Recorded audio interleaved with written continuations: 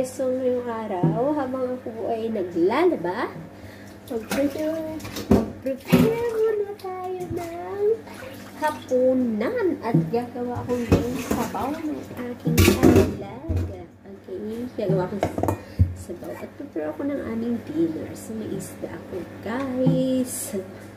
Tara, prepare muna natin. So, ganito yung buhay natin. Kahit ano, buhay lang ito dito. So, pag-linggo, gala. Pag-araw, trabaho tayo, guys. Diba? Aura tayo pag Sunday. Kunyang tayo. Kunyang kita ya pag ano. Pag 1 week.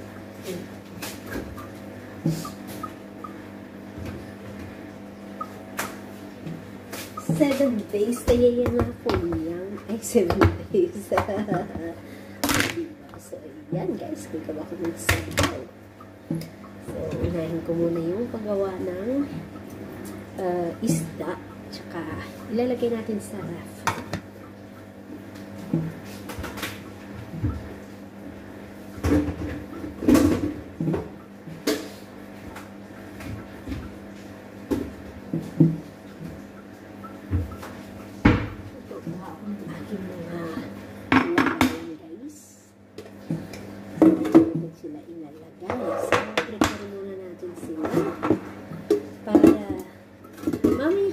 Ilulutuin natin. So, habang naglalaba pa, unahin muna natin itong pag-prepare ng aking lulutuin pan-dinner. So, mag-steam tayo ng isda. Kasi, maga pa ng bahay. So, unahin muna natin to para at least mamarinig natin siya, guys. Para may lasa mamaya dito. Mamaya dito na sinula. So, siya na naman ang magrarampa dito sa aking kusina. So, gagawin muna tayo ngayon. Diba?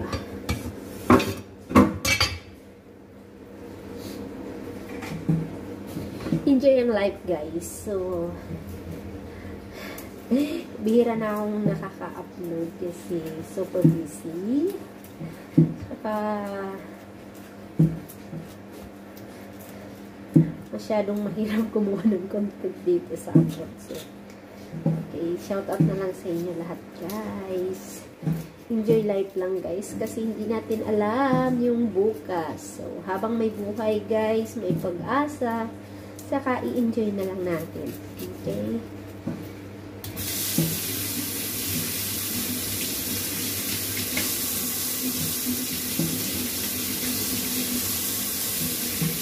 Ako, i-enjoy ko na lang, guys. Hindi ko na inisip na yung mga bagay na hindi ko kaya.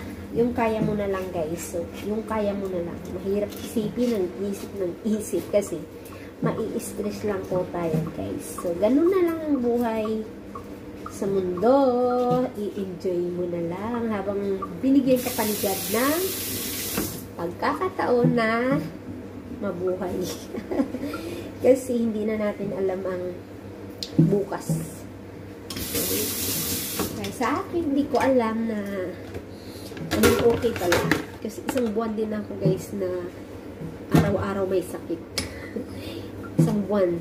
So, sa awa ni God, medyo okay na ako, guys. So, kaya ayaw ko na ma-stress. Iba din pala pag-stress ka lagi kasi as in hindi ka makapagtrabaho ng maayos, guys. Diba? So, enjoy na lang. Yeah. Yun.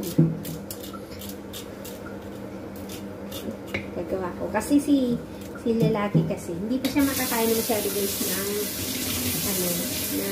baboy. O, hindi pa siya masyadong kumain ng baboy. So, ang prepare ko, guys, is isda at saka yung chicken breast. Mostly kung niluluto yun sa kanya. Pero yung sa mga bata is baboy. Yung bata kasi mahilig sa baboy. Lalo yung panganay ko. Nabubulo pa.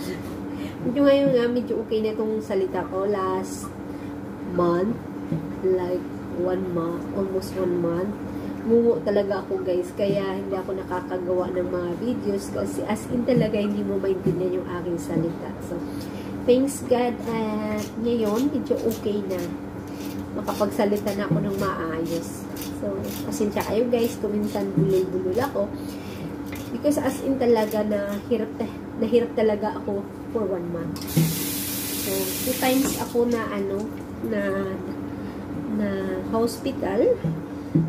4 na doktor guys ang napuntahan ko na umuki ako. So, thanks God ngayon, medyo na siya. Maluwag na ang pakiramdam ko. So, sana tuloy-tuloy na guys. Siguro sa pagod na rin to dahil medyo matagal-tagal na rin akong trabaho.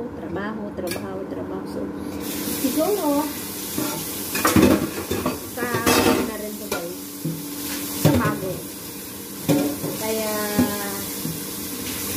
pero hindi pa ako pwede maghuminto kasi hindi pa tapos yung aking anak. So, kailangan ko pa magstay dito. Maybe mga 5 taon pa. 5 taon pa guys. Mga 5 taon pa siguro. Kasi K-12 pa lang yung anak ko by June or July. So, 4 years na college. So, it means 5 years pa ako. So, magpa-5 years pa akong need na magtrabaho.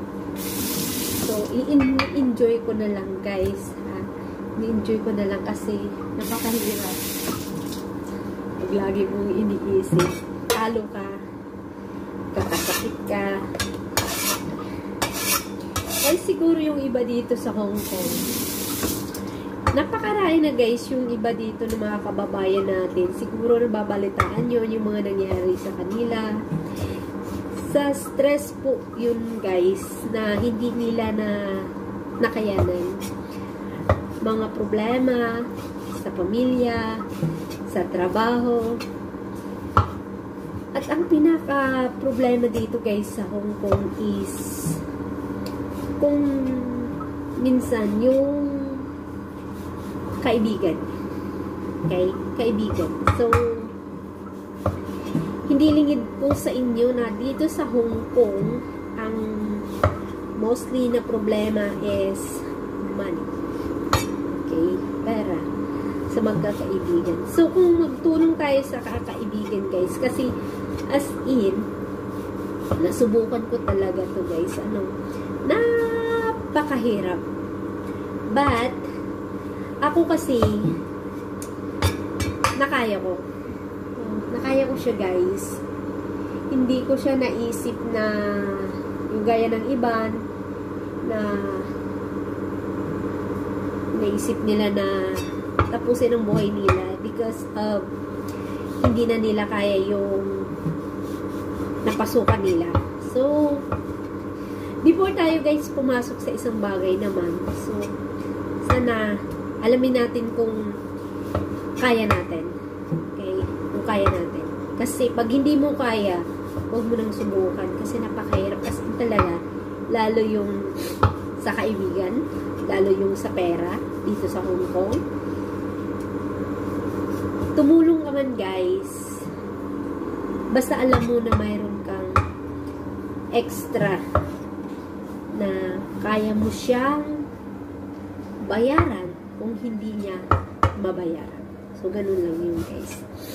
Kasi pag hindi mo yun kaya, dun pumapasok yung talagang as in na stress, trouble. Ako, dami noon talaga as in. Grabe. Pero sa awa ng Panginoon, nakaya ko, guys. So, oo, nakaya ko yun. Kaya, sabi nga minsan, hindi ibibigay ng Panginoon yung mga bagay-bagay kung hindi mo kaya. So, ano lang, kapit sa taas guys, na lahat ng pagsubok sa buhay natin na bilang OFW guys, kailangan malakas talaga ang loob mo. Matapang at malakas ang loob mo. Kasi mahirap pag mahina ang loob mo at lagi ka takot. Stress talaga ang abutin natin guys. Depression. Kaya tayo lang sa mga baguhan, bago kayo pumunta ng Hong Kong, piliin nyo yun na yun yung mga kaibigan nyo guys. Mabuti pa walang kaibigan na lang kayo kung ito ay dalhin niya kayo sa stressful at saka sa utangan. Okay? Hindi naman masama ang tumulong. Ako as in talaga napakalambot ng puso ko sa about sa tulungan. Basta mayroon ako. Mahirap din ako umayaw. Basta alam ko sa sarili ko na kaya ko siyang tulungan, na mayroon akong pwedeng itulong sa kanya. As in, siguro nature ko na yun, na hindi, parang hindi ko matago na, ay, ayaw ko siyang tulungan yung gano'n. Hindi po. Basta alam ko siyang mayroon ako, kasi talagang nag-o-offer ako ng tulong. Kaya siguro hanggang ngayon ganito ako. Pero sa ako ng Panginoon, still okay. Ano pa rin ako sa buhay ko. Tawag dito. Kontento lang. Kontento ako kung ano mayroon ako guys. Masaya ako na kahit paano makatulong ako sa pamilya ko. Magbigay ko rin ng gusto din minsan ng anak ko. Pero kahit yung isa lang yung anak ko, hindi siya yung spoiled na spoiled. Hindi ko siya talagang sinanay na spoiled siya. Kung anong gusto, makukuha agad. Hindi ko yun. So, thank you guys for watching. So, naggumagawa ba ako ng Minsport kasi sarili kong gawa. Hindi ako bumibili sa labas. So, ako ang gumagawa ng Minsport dito sa bahay kasi mas alam ko na malinis. Diba? Mas alam ko na ang trabaho ko. Siyempre, ako din ang kumakain. So, alam ko na malinis ang gawa ko. Kasi minsan, Minsport kasi sa labas guys, hindi mo alam kung nahuhugasan nila yung karne o yung yung gilingan nila. So, thank you for watching guys. See you around and God bless. Enjoy. Bye bye.